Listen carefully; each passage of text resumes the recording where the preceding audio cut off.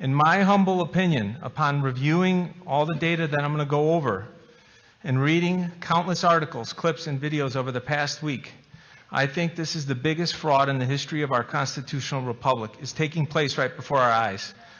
The corrupt mainstream media and tech oligarchs are colluding in an attempt to assassinate the American public's true legal vote for our President Donald J. Trump through corrupt government officials across countless precincts and corrupt state officials and courts.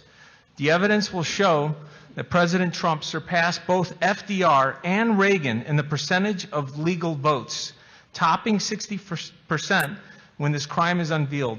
So much of this process has been tainted that it will likely end up before the Supreme Court and allow one electoral vote per state cast. Hopefully Arizona does its part. And eventually the 35 of the 50 states will probably vote Republican, which will probably match his popular vote totals. So basically what I've identified is that there's between 120,000 and 306,000 fake people. And I did this by looking at the data, and I'm not going to go over this sheet just yet. I want to kind of just highlight the bigger picture so that, because, you know, numbers can be, I love numbers, but they could be a little boring. So I want to kind of tell the story to the numbers. But basically, what I did is I took a completely different approach than what's been presented up to this point, based on the little that I've heard here. There's approximately 1,500 precincts in Arizona, and there's 3 classifications for male, female, and then you. I guess maybe that's the undecided classification. And then there's 5 different types of voters. There's 1, 2, 3, 4, 5. Hard Republican, moderate, swing, moderate Democrat, hard Democrat. So there's 5 categories. And what I did is I looked through the age rolls, so 18 to 100, and I basically created a unique bucket, so to speak, for each of those classifications. So it turns out there's about 980,000 plus unique Arizona voters. And the way what I did is I didn't look at the total, I looked at the number of registered voters in the state. Because if the core data set is flawed, everything else that happens afterwards is irrelevant, in my opinion. Because, you know, so I kind of took an approach of how is the thing constructed. It's a very tedious process to organize all this. But then, once I got that organized, I broke out all of the male 1, 2, 3, 4, 5 votes. So I want you to think about, like, okay, there's 5 classifications of male voters in the state of Arizona. I summed up and looked at how many of those votes by age, 18-year-olds, 19-year-olds, 20-year-olds, across all those different categories.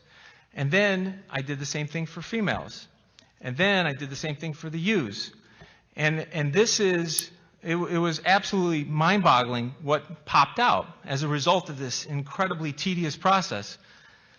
The correlation of men that voted in Arizona, so the first category, 1, you know, the number 1 voter versus 2, 1 versus 3, 1 versus 4, 1 versus 5, and then, you know, making sure that all possible combinations of male voters was accounted for. The average of those correlations for male voters is approximately 63.83%. That makes sense because, you know, people as they age, they're kind of random. They may fall into, you know, maybe they're liberal one time, maybe they're conservative the other time. They kind of bounce around. And the variation, the standard deviation is very high, as it should. People's life cycle changes. It's about 30%. So then I did the same thing for females. Now, I mean, I can ask a silly question, but I said no. My wife told me no jokes. But, you know, I'll get to the punchline. Are women more predictable than men when it comes to voting? Are they more independent? Now, people's first answer seems to be, oh, they'll do more of what, you know, their correlation should be higher. And actually, the opposite is true. They're at about 58%. So about 6 points higher, 6 points lower in terms of the correlation doing the same analysis. And that makes sense because most women don't want to tell you what they're doing when they go in the voting booth. So that's the joke. But anyways, so then what I did is I did the same thing for the U's. Now keep in mind, there's a total. Bobby, excuse me. When you say U's, you're talking about undisclosed, not Utes, as in younger. Yeah, Okay. yeah, I like that from my cousin Vinny. Hey, there you go. I'm glad you got the joke, Mr. The two Mayor. Utes. So what is a Ute? But so basically, once I did that, there's 463,660 classified that I found under this category. I did that same analysis. Now keep in mind, the standard deviation for men was about 32.8%. For women, it was 35.77%. That there would be a lot of randomness through time across the aging process of human beings. With regards to the U, when I did that same analysis, 94% plus correlation. Let me say that again. 94% correlation. And I was like, this is insane. Like, this is like fictitious. It's like this.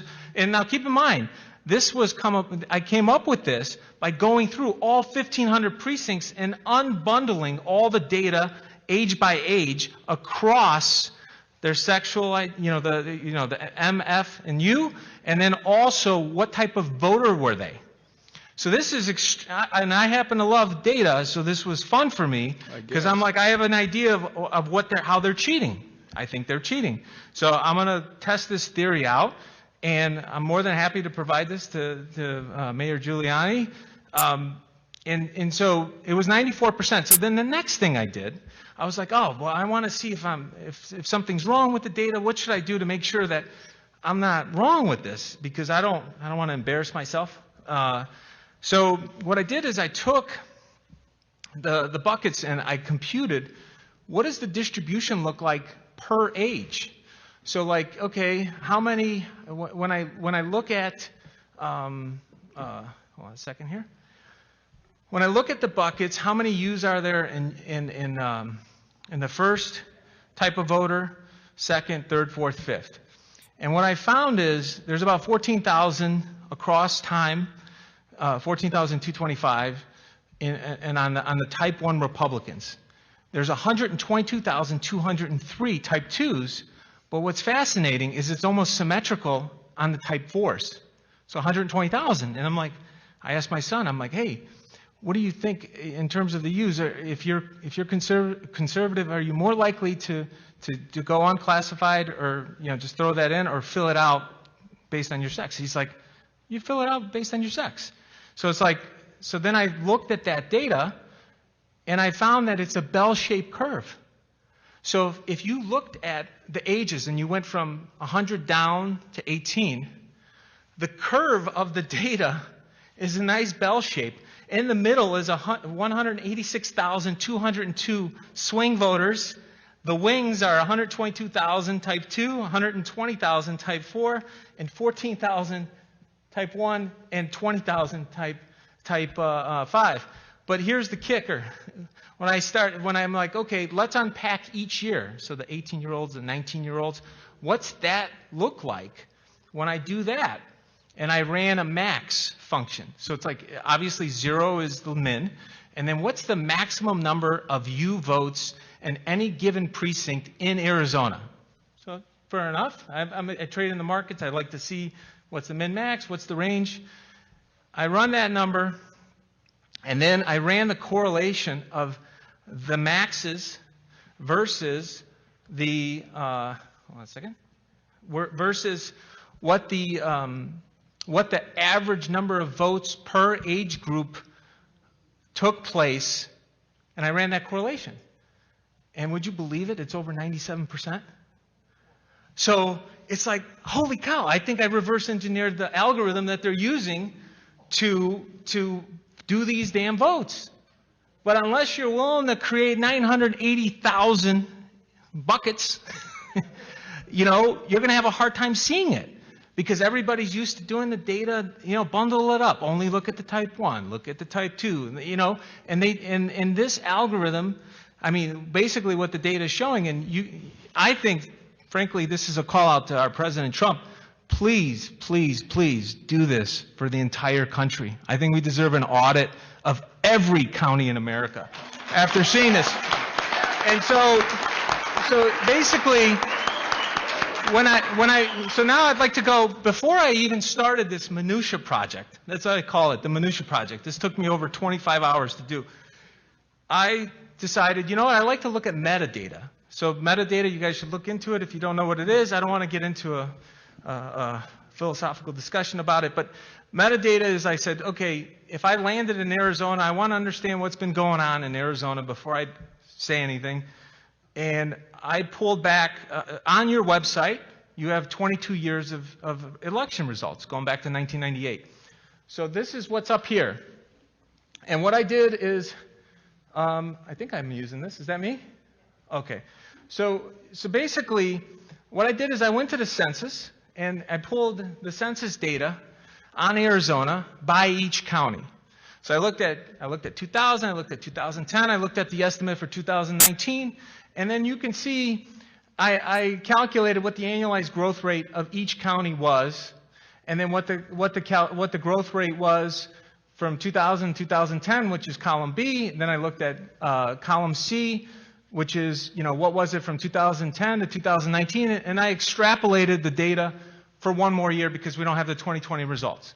So I kind of went through this whole process, and I did that before the minutia, and I wanted to see, like, okay, well, what does the census say with regards to how many people are of voting age? So if I scroll down, you could see over here, right now, for example, 27% of Apache is under the age of 18. This is, once again, I didn't use any of my own data. I used government data. So if there's a problem, take it up with the government. So basically, I computed what is the number of voters per year. Now, keep in mind, since the census doesn't come out every year, I had to fill in based on the annualized growth rate between each census and kind of adjust it accordingly, because I don't want to just spitball it. I want it to be tied to the math and make sure that each year filled out. So then